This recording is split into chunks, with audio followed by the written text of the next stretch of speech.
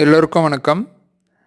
இன்றைக்கி நம்ம இந்த பதிவில் என்ன பார்க்க போகிறோம் அப்படின்னா, food printing through search engine. அதாவது இதுக்கு முன்னாடி வீடியோவில் சர்ச் இன்ஜின்னா என்ன, ப்ரௌசர்னா என்ன அப்படின்றத பார்த்தோம். ஏன் அதை பார்த்தோம் அப்படின்னா, இந்த சர்ச் இன்ஜினை பற்றி சர்ச் இன்ஜினில் என்னென்ன மாதிரியெல்லாம் ஃபுட் பிரிண்டிங் பண்ண முடியுன்றதை பற்றி இந்த வீடியோவில் பார்க்க போகிறோம். அதுக்காக தான் இதுக்கு முன்னாடி வீடியோவை அதை பார்த்தோம். அதை பார்க்காம இருந்தால் அதை பார்த்துருங்க. ஏன்னா சர்ச் இன்ஜினுக்கும் ப்ரௌசருக்கும் வித்தியாசம் தெரிஞ்சால் தான் இந்த வீடியோவை தெளிவாக புரிஞ்சுக்க முடியும். சரிங்களா? சரி, இப்போ foot printing through search engine. Foot பிரிண்டிங்னா என்ன அப்படின்னு நம்ம பார்த்தோம் அப்படின்னா, தகவல் சேகரிப்பு. சரிங்களா? அதாவது ஒரு ஒரு விஷயங்களை பற்றின தகவல் எவ்வளோக்கு எவ்வளோ கிடைக்குதோ அவ்வளோக்கு எவ்வளோ அது பலவீனமாயிட்டு போகுது அப்படின்னு நம்ம சொல்லலாம். சரிங்களா? அதாவது ஒரு குறிப்பிட்ட அளவான தேவையான தகவல்கள் கிடைத்தால் போதுமானது. சரிங்களா? அதையும் தாண்டி தகவல் நிறைய கிடைக்குது அப்படின்னும்போது அங்கே பாதுகாப்பு குறைபாடு ஏற்படும். சரி, இப்போது சர்ச் இன்ஜின்னா பெரும்பாலும் எல்லாருக்கும் தெரிஞ்சது என்ன சர்ச் இன்ஜின் அப்படின்னா கூகுள். சரிங்களா? நார்மலாக எல்லாருமே என்ன பண்ணுவோம், இப்போல்லாம் நம்ம என்ன பண்ணுறோம் அப்படின்னா, நேராக எங்கே போயிடுறோம்னா கூகுள் சர்ச் இன்ஜினுக்கு தான் போயிடுறோம். கூகுள் மட்டும்தான் சர்ச் இன்ஜின்னா இல்லை, நிறைய சர்ச் இன்ஜின் இருக்குது. அதை பற்றின வீடியோ ஏற்கனவே போட்டிருக்கோம். சரிங்களா? அதை பாருங்கள். இப்போ நம்ம ஜென்ரலாக சர்ச் இன்ஜின் பற்றி பார்ப்போம். நீங்கள் எந்த ஒரு சர்ச் இன்ஜின் எடுத்துக்கிட்டாலும், நீங்கள் எந்த ஒரு விஷயத்தை தேடினாலும் அதை பார்த்தீங்க அப்படின்னா, இப்போ நான் இங்கே கிளாஸி ஐடி அகாடமின்னு தேடி இருக்கேன். இதை நீங்கள் இல்லை நாம் கிளாஸி ஐடி அகாடமி அப்படின்னு தேடும்போது ஆல் அப்படின்னு ஒரு ஆப்ஷன் வந்திருக்கு பாருங்கள். இங்கே சிகப்பு கலரில் ஒரு கட்டம் கட்டியிருக்கோம் பாருங்கள். அங்கே வேறு என்னெல்லாம் தேட முடியுது அப்படின்னா, ஆல் அப்படின்னா அது அந்த வெப்சைட்டில் இருக்கக்கூடிய இன்ஃபர்மேஷன்ஸ் தகவலை எல்லா இடத்துலேருந்தும் பொதுவாக எடுத்துகிட்டு நமக்கு காமிச்சிரும். சரிங்களா? அதுக்கு அடுத்ததாக இமேஜஸ் அப்படின்னு இருக்குது. சரிங்களா? இமேஜஸில் கிளிக் பண்ணிங்க அப்படின்னா அது என்ன காமிக்கும், அது சம்மந்தமான இமேஜஸ் காமிக்கும். அதுக்கு அடுத்ததாக இப்போ ஆல் அப்படின்னா ஜென்ரலாக வந்துடுது. அதை மட்டும் நம்ம தேடினா போதுமா அப்படின்னா இல்லை. நம்ம எப்படியெல்லாம் தேடலாம், ஹேக்கர்ஸ் எப்படியெல்லாம் தேடுறாங்க, இல்லை செக்யூரிட்டி ப்ரொஃபஷ்னல்ஸ் எப்படியெல்லாம் தேடுறாங்க அப்படின்னா, அவங்க ஒரு விஷயத்தை தேடும்போது இந்த மாதிரி கிளாஸி ஐடி அகாடமின்னு நான் இங்கே டைப் பண்ணியிருக்கேன். அந்த மாதிரி அவங்க ஏதோ ஒரு விஷயத்தை டைப் பண்ணி தேடும்போது வெறும் ஆல் அப்படின்ற இடத்துல மட்டும் தேட மாட்டாங்க. என்ன பண்ணுவாங்க அப்படின்னா, இமேஜஸில் பார்ப்பாங்க, மேப்பில் போய் பார்ப்பாங்க, வீடியோஸ் அது சம்மந்தமாக எதுனா இருக்கான்னு பார்ப்பாங்க, இன்னும் மோரில் போயிட்டு இன்னும் வேறு ஏதாவது தகவல்கள்லாம் கிடைக்குதா அப்படின்னு பார்ப்பாங்க. இங்கே பாருங்கள், சைடில் டூல்ஸ் அப்படின்னு இருக்குது. அதுக்குள்ளவும் போயிட்டு நம்ம என்ன பண்ணலான்னா தேடலாம். இது கூகுளினுடைய சர்ச் இன்ஜின். இந்த மாதிரி பிங்குனுடைய சர்ச் இன்ஜின் இருக்குது. அதுக்கப்புறம் பார்த்திங்கன்னா மைக்ரோசாஃப்ட் இது பார்த்திங்கன்னா ஒரு சர்ச் இன்ஜின் இருக்குது. சரிங்களா? அந்த மாதிரி நிறைய சர்ச் என்ஜின்ஸ் இருக்குது. சரிங்களா? இப்போ பிங்கு தான் மைக்ரோசாஃப்ட் அது மாதிரி யாஹூ சர்ச் என்ஜின் இருக்குது, யாண்டெக்ஸ் இருக்குது. இன்னும் சில சர்ச் என்ஜின்ஸ் எல்லாம் பார்த்திங்கன்னா ப்ரைவேட்டான சர்ச் என்ஜின்ஸ் எல்லாம் இருக்குதுன்னு கூட சொல்கிறாங்க.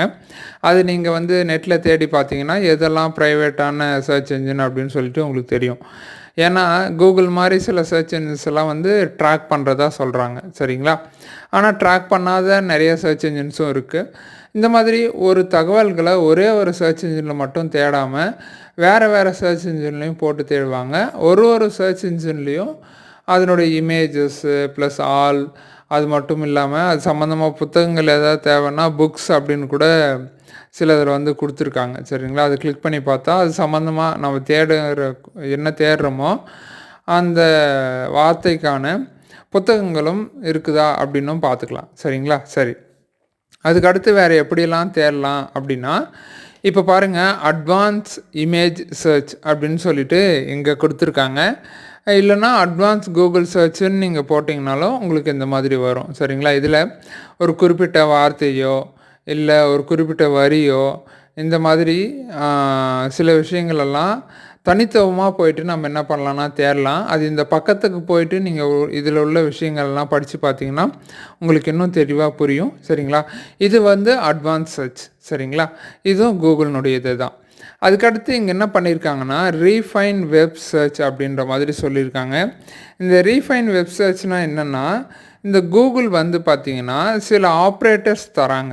சரிங்களா? ஆப்ரேட்டர்னால் குறிப்பாக இந்தந்த வார்த்தைகளை பயன்படுத்தும் போது உங்களுக்கு நீங்கள் தேடக்கூடிய விஷயங்களில் ரொம்ப நுணுக்கமாக நேரடியாக அந்த விஷயம் கிடைக்கும்.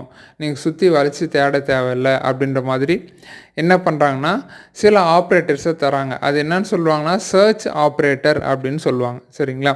நீங்களே கூகுளில் போயிட்டு கூட இல்லை ஏதாவது ஒரு சர்ச் இன்ஜினில் போயிட்டு கூட நீங்கள் வந்து கூகுள் ஆப்ரேட்டர்ஸ் வித் எக்ஸாம்பிள் அப்படின்னு நீங்கள் டைப் பண்ணிங்க அப்படின்னா நிறையா வரும். நான் இங்கே உங்களுக்கு நிறைய எக்ஸாம்பிள் கொடுக்கல, ஆனால் அது ஏகப்பட்ட எக்ஸாம்பிள்ஸ் இருக்குது. சரிங்களா? அதெல்லாம் நீங்கள் தான் என்ன பண்ணணும் அப்படின்னா அந்த எக்ஸாம்பிள்ஸ் எல்லாம் பார்த்து பயன்படுத்தி பார்க்கணும். பயன்படுத்தி பார்த்துட்டு உங்களுக்கு எளிமையாக இருக்கிற மாதிரி தெரிஞ்சிச்சுன்னா அதெல்லாம் அப்பப்போ பயன்படுத்தணும். அப்படி பயன்படுத்தினா தான் என்ன ஆகும்னா எளிமையாக ஒரு விஷயத்தை தேடி எப்படி பார்க்குறதுன்றது பழக்கத்துக்கு நமக்கு வருவோம். சரிங்களா? இப்போ இந்த ரிஃபைன் சர்ச் இருக்குது இல்லைங்களா, ரிஃபைன் வெப் சர்ச், இதில் சில விஷயங்களை கொடுத்துருக்காங்க. அதுக்கான சில எடுத்துக்காட்டு மட்டும் நான் சொல்கிறேன். நீங்கள் என்ன பண்ணுங்கன்னா இன்னும் அந்த பக்கத்துக்கு போயிட்டு இன்னும் இருக்கிற எல்லா எடுத்துக்காட்டையும் நீங்கள் பயன்படுத்தி பாருங்கள். உங்களுக்கு அதுக்கான ரிசல்ட்ஸ் கிடைக்கும். இப்போ ஒரு எடுத்துக்காட்டாக நான் சிசிஎன்ஏ பற்றி தேடுறேன் அப்படின்னு வச்சுக்கோங்களேன். அது வந்து குறிப்பாக எனக்கு இந்த பர்டிகுலர் வெப்சைட்லேருந்து தான் வேணும் அப்படின்னா அப்போ நான் என்ன பண்ணணும், சிசிஎன்ஏன்னு டைப் பண்ணிவிட்டு ஒரு ஸ்பேஸ் விட்டுட்டு சைட் அப்படின்னு டைப் பண்ணிவிட்டு classicitacademy.com அப்படின்னு கொடுத்துருக்கேன் இல்லைங்களா. அந்த மாதிரி நீங்கள் ஏதாவது ஒரு வெப்சைட் எந்த வெப்சைட்டில் பர்டிகுலராக தேடணும்னு நினைக்கிறீங்களோ அந்த வெப்சைட் நேம் கொடுத்தீங்கன்னா சிசிஎன்ஏன்னு இல்லை ஏதாச்சும் ஒன்று நீங்கள் ஏதோ தேடுற ஒரு தகவல் உங்களுக்கு தேவையான வெப்சைட்லேருந்து வேணும் அப்படின்னா அதை நீங்கள் இங்கே கொடுத்தீங்கன்னா உங்களுக்கு அந்த வெப்சைட்லேருந்து தகவலை எடுத்துகிட்டு வந்து காமிக்கும். அது முதல். அடுத்தது பாருங்கள், நான் சன் அப்படின்னு டைப் பண்ணியிருக்கேன். ஒரு ஸ்பேஸ் விட்டு இமேஜ் சைஸ் 1080 x 1080ன்னு கொடுத்துருக்கேன். இந்த மாதிரி தேடினா என்ன வரும்னா நமக்கு வரக்கூடிய இமேஜ் வந்து அந்த பெரிய சைஸ்லேயே வரும். சரிங்களா? இதுவே நீங்கள் உங்களுக்கு தேவையான சைஸ் ஏதாச்சும் தேவைப்பட்டுச்சுன்னா அந்த சைஸை டைப் பண்ணிங்கன்னா அதிலே வரும். இதெல்லாம் ஒரு எடுத்துக்காட்டு. சரிங்களா? நீங்கள் வந்து பிஎன்ஜி வேணும், பிஎன்ஜி ஃபைல் வேணும் அப்படின்னா சன் அப்படின்னு டைப் பண்ணிட்டு கூட ஃபைல் டைப் அப்படின்னு டைப் பண்ணிவிட்டு கோலன் கொடுத்துட்டு பிஎன்ஜி அப்படின்னு டைப் பண்ணிங்கன்னா பிஎன்ஜியில் வரும். சரிங்களா? இந்த மாதிரி நிறைய நுணுக்கங்கள் இருக்குது. அதை நீங்கள் தேடி பார்த்து அதை வந்து நீங்கள் பயன்படுத்துனீங்க அப்படின்னா எளிமையாக இருக்கும். நீங்கள் வேணால் முதல்ல இந்த சன் இமேஜ் சைஸை கூட போட்டு பாருங்கள், உங்களுக்கு தெரியும். இல்லை நீங்கள் டெம்பிள் அப்படின்னு உங்களுக்கு என்ன தோணுதோ, என்னத்தை தேடணும் அப்படின்னு தோணுதோ அதை வந்து நீங்கள் போட்டுட்டு சைஸ் போட்டிங்கன்னா அந்த சைஸ் அப்படியே வரும். அதுக்கு அடுத்ததாக நீங்கள் ஒரு தகவல்கள் வந்து சோஷியல் மீடியாவில் தேடணும் அப்படின்னா இப்போ பாருங்கள், classicitacademy. ஓகேங்களா? ஸ்பெல்லிங் தப்பு பண்ணியிருக்கேன்னு நினைக்கிறேன். சரி, சும்மா நீங்களே ஞாபகம் வச்சுக்கோங்க. classicitacademy ஒரு ஸ்பேஸ் விட்டுட்டு @Facebook அப்படின்னு கொடுத்துட்டு என்ட்ரு அடித்தா ஃபேஸ்புக்கில் இருக்கக்கூடிய classicitacademy சம்மந்தமான தகவல்கள் எல்லாம் சர்ச் இன்ஜினில் லைனாக வந்து நிற்கும். சரிங்களா? அதே மாதிரி ட்விட்டர்து வேணும்னா classicitacademy ஒரு ஸ்பேஸ் விட்டு @twitterன்னு டைப் பண்ணிட்டு என்ட்ரு பண்ணால் ட்விட்டரில் உள்ள தகவல்கள் எல்லாம் வரும். இது வந்து ஒரு எடுத்துக்காட்டுக்கு தான் நான் classicitacademyன்னு கொடுக்குறேன். உங்களுக்கு எதை பற்றி தேவையோ அதை பற்றி வார்த்தைகளை நீங்கள் வந்து டைப் பண்ணிவிட்டு ஒரு ஸ்பேஸ் விட்டுட்டு @ன்னு கொடுத்து நீங்கள் எந்த சோஷியல் மீடியாவிலேருந்து தேடணும்னு நினைக்கிறீங்களோ அந்த சோஷியல் மீடியா பேர் கொடுத்தீங்க அப்படின்னா அதில் உள்ளது வந்து உங்களுக்கு எடுத்துகிட்டு வந்து காமிக்கும். சரிங்களா? அதுக்கு அடுத்ததாக பாருங்கள், இங்கே வந்து கூகுள் ஹேக்கிங் டேட்டாபேஸ் அப்படின்னு கொடுத்துருக்காங்க. இதனோட வெப்சைட் வந்து பார்த்தீங்கன்னா www.exploit ஒரு ஐஃபன் வந்துட்டு db.com அப்படின்னு வரும். சரிங்களா? இதில் வந்து ஏற்கனவே இருக்கக்கூடிய நெட்வொர்க் செக்யூரிட்டி ப்ரொஃபஷனல்ஸ் எல்லாம் என்ன பண்ணியிருப்பாங்க அப்படின்னா நிறைய விஷயங்களை தேடி நிறைய விஷயங்களுக்கு வந்து பார்த்திங்கன்னா கூகுள் ஆப்ரேட்டர்ஸை பயன்படுத்தி அதில் எதெல்லாம் வேலை செய்யுதோ அதெல்லாம் இங்கே போட்டிருப்பாங்க. சரிங்களா? அது தேவையானவங்க இங்கே போய் பார்த்துக்கலாம். இது ஒரு ஃப்ரீ வெப்சைட் தான். சரிங்களா? நீங்கள் வேணும்னா நீங்களும் போயிட்டு இங்கே பார்த்துக்கலாம். அதுக்கு அடுத்ததாக வந்து பார்த்திங்கன்னா இந்த வே பேக் மெஷன் அப்படின்னு சொல்கிறாங்க. அதாவது HTTPS www.archive.org இந்த வெப்சைட் நேமு. இதுவும் வந்து பார்த்திங்கன்னா ஒரு ஃப்ரீ வெப்சைட் தான் சரிங்களா. இதில் போயிட்டு இந்த வே பேக் மிஷன் இருக்கு இல்லைங்களா, அந்த இடத்துல என்டர் யூஆர்எல் ஆர் கீவேர்டுன்னு இருக்குது பாருங்களேன். அங்கே ஏதாவது ஒரு வெப்சைட் நேமை போட்டுட்டு ஓகேங்களா, for example class IT academy அப்படின்னு போட்டு நீங்கள் என்ட்ரு கொடுத்தீங்கன்னா இந்த கிளாஸ் ஐடி அகாடமி வெப்சைட் எத்தனை வருஷமாக இருக்குது, முதல்ல எப்படி இருந்தது, இப்போ எப்படி இருக்குது அப்படின்ற மாதிரி சில உங்களுக்கு ஹிஸ்ட்ரியெல்லாம் காமிக்கும் சரிங்களா. அப்போ அதில் உள்ள தேவையான தகவல்கள் எல்லாம் வந்து திரட்டிப்பாங்க சரிங்களா. பழைய தகவல்கள் எல்லாமே இதில் என்ன பண்ண முடியும்னா திரட்ட முடியும் சரிங்களா. ஸோ இந்த மாதிரி சர்ச் என்ஜின் மூலிமா இன்னும் நிறைய விஷயங்களை பண்ண முடியும் சரிங்களா. ஸோ இது நம்ம பார்த்தது வந்து கொஞ்சம் எக்ஸாம்பிள் தான் சரிங்களா. அதாவது ஃபுட் பிரிண்டிங் அப்படின்னாவே தகவல் சேகரிப்பு. எதன் மூலிமா தகவல் சேகரிக்கிறாங்கன்னா சர்ச் என்ஜின் மூலிமா சேகரிக்கிறாங்க.